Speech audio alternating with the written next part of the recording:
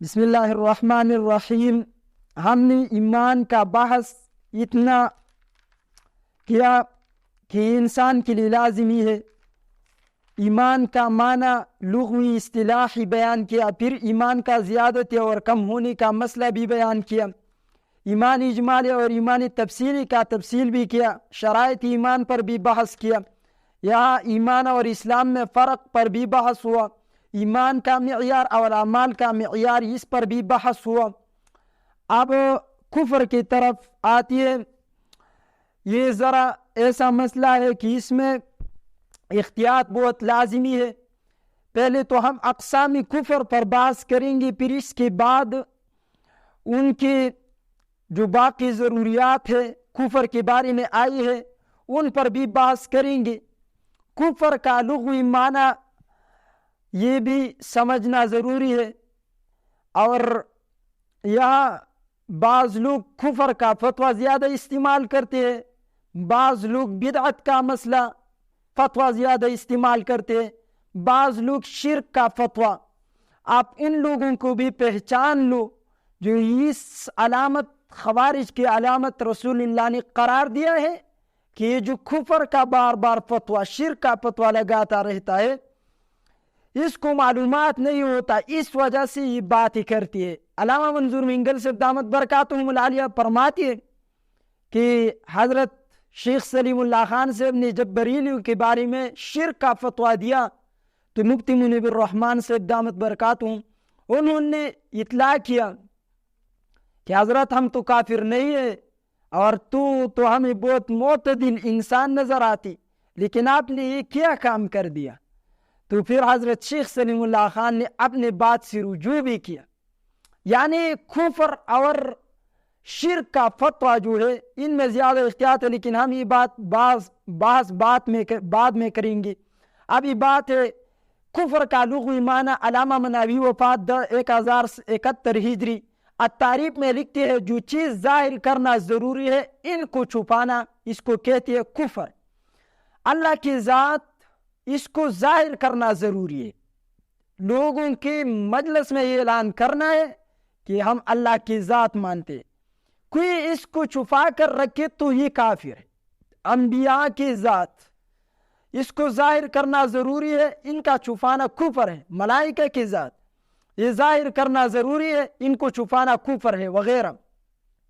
شرعی معنی علامہ سعد الدین تفتزانی شرح العقائد شرح المقاصد فی علم الکلام جو 3 جلدوں میں ہے ان میں کہتے ہیں الکفر عدم الایمان عما من شأنہ، جن چیزوں پہ ایمان لانا ضروری ہے ان چیزوں پہ ایمان نہ لانا کفر ہے۔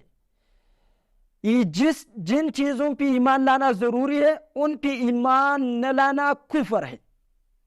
اقسام کفر تقریباً 9 علماء کرام نے نقل کیا ہے۔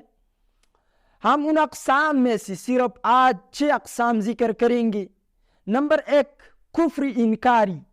انکاری کفر یعنی ظاہراً باطناً نہ ماننا، نہ دل سے قبول کرنا اور نہ زبان سے قبول کرنا۔ دل کو باطن کہتے ہیں اور زبان کو ظاہر کہتے ہیں۔ نہ دل سے قبول کیا نہ زبان سے قبول کر دیا، اس کو کہتے ہیں کفر انکاری، جیسا کہ عام کافر ہے، یہ تو کافر ہے۔ دوسرے نمبر کفر نفاق، زبان سے اسلام ظاہر کرنا، دل سے انکار کرنا، جیسے عبداللہ ابن ابی ابن سلول کا کفر جو ہے وہ کفر نفاقی ہے۔ نفاق 2 قسم پر ہے، اور ایک ہے نفاق اعتقادی، دوسرا ہے نفاق عملی۔ نفاق اعتقادی اسلام کا ظاہر کرنا، اپنے کفر کو چھپانا۔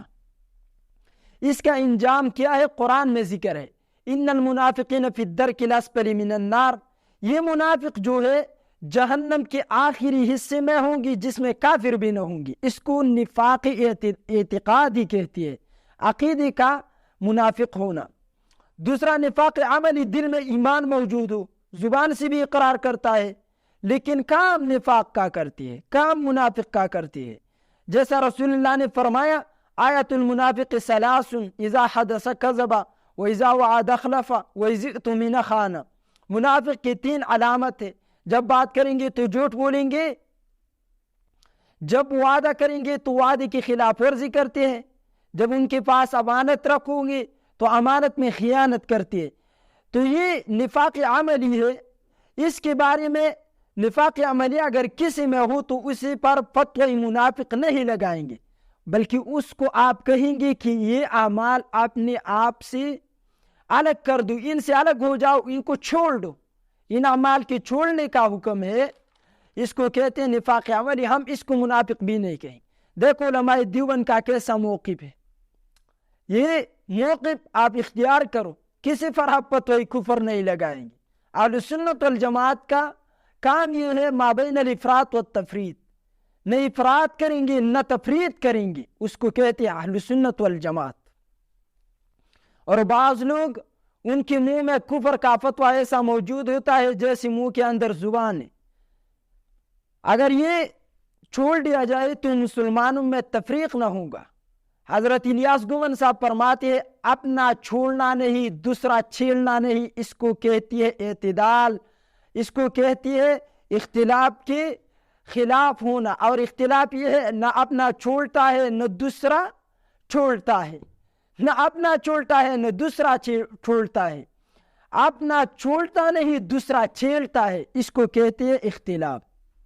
تو آپ دیکھو اہل سنت کے علماء، ان کو جب تک کسی نے چھیڑا نہیں ہم نے اس کو چھیڑا نہیں، اور جب ہم یہ چھیڑیں گے تو ہم اس کو چھوڑیں گے نہیں۔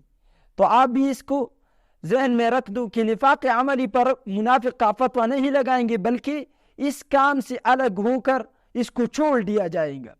نمبر 3، کفر ارتداد، خوشی کے ساتھ اسلام قبول کرنے کے بعد کافر ہو جانے کو کفر ارتداد کہتے ہیں۔ مانعین زکوٰۃ نے اسلام خوشی کے ساتھ قبول کیا پھر کافر ہو گئی تو اس کو کہتے ہیں کفر ارتداد۔ 4 نمبر، کفر شرک۔ کفر شرک اللہ کی ذات ماننے کے بعد کوئی ان کے ساتھ مخصوص صفات یا ذات میں شریک کرنا۔ مثلا کفر ابو جہل، اللہ کو بھی مانتے ہیں پھر اس کی ذات اس کے ساتھ شرک کرتا ہے ذات یا مخصوص صفات۔ 5 نمبر، کفر کتابی، ایک شخص ایک آسمانی کتاب مانتے ہیں مگر محمد کی قرآن لے کر آنے سے انکار کرتا ہے۔ یہود و نصارہ تورات انجیل زبور میں سے کوئی مانتا ہے لیکن قرآن کی تکذیب کرتی ہے، محمد کی تکذیب کرتے ہیں، ان کو کفر کتابی کہتی ہے۔ 6 نمبر، کفر دہری، یہ بہت لازمی ہے، اس کو کفر معطلی بھی کہتی ہے۔ وجود باری تعالیٰ سے انکار کرنا، زمانہ قدیم ماننا۔ دہری کہتے ہیں زمانہ قدیم ماننے کو، اور کہتے ہیں یہ زمانہ پہلے سے ہے۔ کب سے؟ اس کا وجود آج کل بہت زیادہ چلتے ہیں دنیا میں، الحاد کے نام سے، ملحد کے نام سے، اس کو ہم کہتے ہیں دہری، جو زمانہ قدیم مانے، خدا کی وجود سے انکار کرے۔ سائنس بھی اس نتیجے پر پہنچتے ہیں کہ خدا کے ذات موجود ہے، آخر میں جاتے۔ آپ بھی خود ان کو سوچ لو۔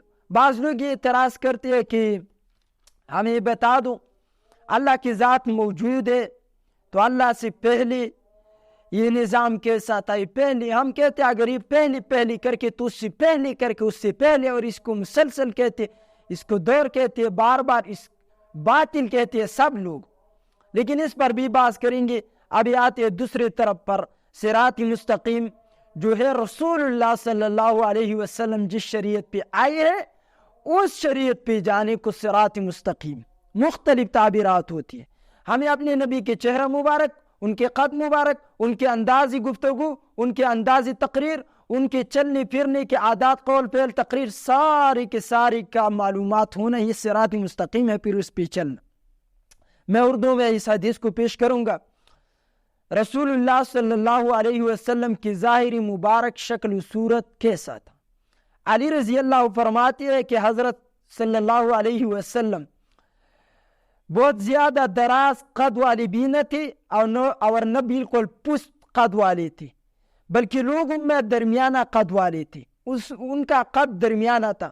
آپ کے بال مبارک بالکل گنگری والے نہ تھے اور نہ بالکل سیدھے بال تھے، بلکہ ہمارے ایک شیخ کہتے ہیں سمندر کو دیکھ، یہ جو چپے ہوتے ہیں اوپر نیچے، زیادہ سیدھا، کچھ جگہ میں اونچا ہوتا ہے. اس جیسے بال تھے, نہ بہت بالکل سیدھے تھے نہ بالکل گنگریالے تھے, بلکہ قدرے گنگریالے تھے. جسم مبارک زیادہ موٹا نہ تھا, یہ جسم جو تھا یہ زیادہ موٹا نہ تھا بلکہ یہ بھی درمیان والے تھے. چہرہ مبارک بالکل گول بھی نہ تھا, رسول اللہ کے چہرہ مبارک بالکل گول بھی نہ تھا بلکہ کسی قدر اس میں گولائی تھی. زیادہ لمبا بھی نہ تھا, زیادہ گول بھی نہ تھا. کیسا تھا آپ خود سمجھو. رنگ مبارک سفید سرخی کے مائل تھی. یہ جو رنگ مبارک تھے رسول اللہ کے. آنکھ مبارک سیاہ تھی, پھل کے دراز تھی, جوڑوں کی ہڈیاں موٹے تھے اور کندھی مبارک مضبوط تھی اور پاؤں فرگوش تھی, پاؤں فرگوش تھا. جب آپ چلتے تو قدم مبارک قوت سے اٹھا کر رکھتی. ایک واقعہ پیش کر کے پھر بات چلاتا ہوں. دیوبند کے شیخ تھا, ان کے پاس طلباء حضرت ہمیں رسول اللہ کے انداز پر چلنا, ہمیں دکھاؤ, تم جاؤ ہم دیکھیں گے. تو اس نے کہا کچھ وقت دو. تو شاگرد نے کہا ٹھیک ہے. حضرت نے اپنے کندھوں پر رسول اللہ کی شمائل کی کتابیں اٹھا کر رسول اللہ کی سیرت اور آیا اور کہا شاگرد آج تمہارا ارمان پورا کروں گا. چلتی چلتی رسول اللہ کے طریقے پر قدم اٹھا کر کے طلباء زمین پر گرے اور کہا حضرت بس کرو, ہم یہ برداشت نہیں کرتے, ہم ان کو دیکھ کر کیسے برداشت کرتے. تو قدم مبارک قوت سے اٹھا کر رکھتی, گویا کہ ڈلوان کی طرف اتر رہی ہے. جب کسی کی طرف توجہ فرماتی تو پوری بدن کے ساتھ توجہ کرتی, ایسی نہیں کرتی, ایسا کرتی, سارا پورا بدن اس کی طرف کرتی. یہ رسول اللہ کی طریقہ تھا, آپ بھی ایسا کرو. رسول اللہ جب کسی کی طرف توجہ فرماتی تو پوری بدن کے ساتھ توجہ فرماتی. دونوں کندھوں کے درمیان مہر نبوت تھی. آپ صلی اللہ علیہ وسلم تو خاتم النبیین بھی تھی, سب سے زیادہ سخی دل والے, سچی زبان والے. تعجب کی بات, جس نے 63 سال زندگی دنیا میں گزارے اور جھوٹ نہیں بولا, انگریز کہتے ہیں اوہ مسلمانوں کی ایمان محمد الرسول اللہ تھی. ہمس کتاب میں فرماتی, کہتی ہے, فرماتی نہیں. تو رسول اللہ سچی زبان والے تھے, جھوٹ نہیں بولتے تھے. الصدق ينجي والكذب يهلك, سچ بولو نجات پائیں گے, جھوٹ بولو ایک وقت آئے گا کہ تمہاری جھوٹ لوگوں کے سامنے آئیں گے. رسول اللہ کہتے نرم طبیعت والے تھے رسول اللہ سب سے زیادہ, اور فرماتی بھی ہے لوگوں کا. عائشہ کو جب سواری دیا تو کہا عائشہ اس کے ساتھ بھی نرمی کرو, جانوروں کے ساتھ بھی نرمی کرو, اوہ محمد کی امتی ہے, اوہ نہیں کہ جانوروں پہ رحم نہیں کرتے. سب سے زیادہ شریف اور معزز خاندان والے تھے. جو شخص اچانک آپ کو دیکھتا تو مرعوب ہو جاتا, اس کی وجہ میں بیان کروں گا پھر.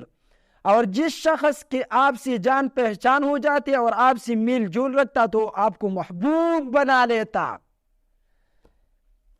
غالب کہتے ہیں تم نے تو ہمیں صرف ہنستے ہوئے دیکھی, کبھی ہماری دل کھول کر دیکھو, آپ کو پتہ لگ جائے گا, آپ کو معلوم ہوگا. تو رسول اللہ کو دیکھتے تو مرعوب ہو جاتے اور آپ سے دوستی کرتے تو رسول اللہ کے محبوب بن جاتے. آپ کے اوصاف بیان کرنے والا کہتا ہے کہ میں نے آج جیسا آپ سے پہلے کوئی نہیں دیکھا, یہ کافی ہے. رسول اللہ جیسا کوئی نہیں دیکھا اور نہیں آپ کی بات. اور حسان بھی کہتی ہے وَأَحْسَنَ مِنْكَ لَمْ تَرَ قَطُّ عَيْنِي وَأَجْمَلَ مِنْكَ لَمْ تَلِدِ النِّسَاءُ خُلِقْتَ مُبَرَّأً مِنْ كُلِّ غَيْبٍ كَأَنَّكَ قَدْ خُلِقْتَ كَمَا تَشَاءُ.